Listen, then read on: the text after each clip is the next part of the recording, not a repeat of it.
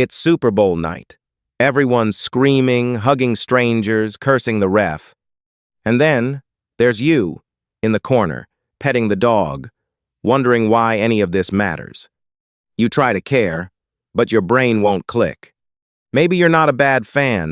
Maybe your mind just rejects games built on artificial rules. Why can millions of people cry over a game?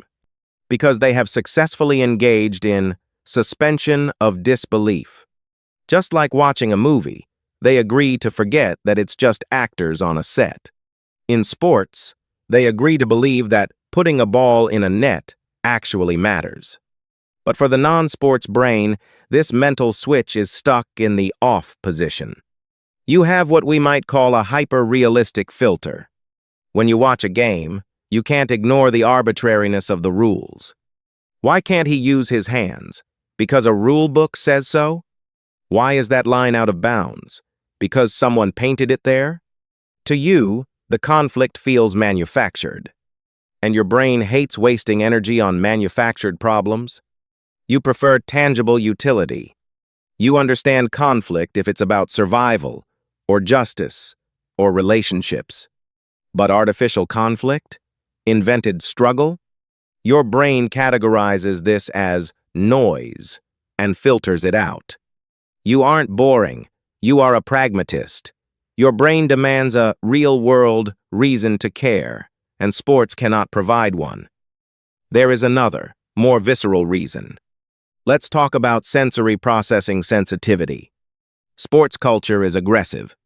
It is loud. It is chaotic. It is sudden buzzers, shouting commentators, and flashing lights. For a significant portion of the non-sports population, this isn't excitement. It is assault. If you identify as a highly sensitive person or an introvert, your nervous system essentially has more open pores than the average person. You absorb more data. A stadium full of screaming fans doesn't energize you, it depletes you. The aggression on the field, the tackling, the shoving, might trigger a low-level sympathetic nervous system response. You aren't bored by the game. You are actively repelled by the energy surrounding the game. You retreat to the corner with the dog not because you are antisocial, but to regulate your own nervous system. You are seeking homeostasis in a room designed for chaos. Sports are the ultimate definition of a zero-sum game. For me to win, you must lose. There is no compromise. There is no middle ground. Domination is the only goal. But many people who dislike sports tend to be cooperative thinkers. Psychologically, you might score high in agreeableness. Your brain naturally seeks harmony, consensus, and mutual benefit.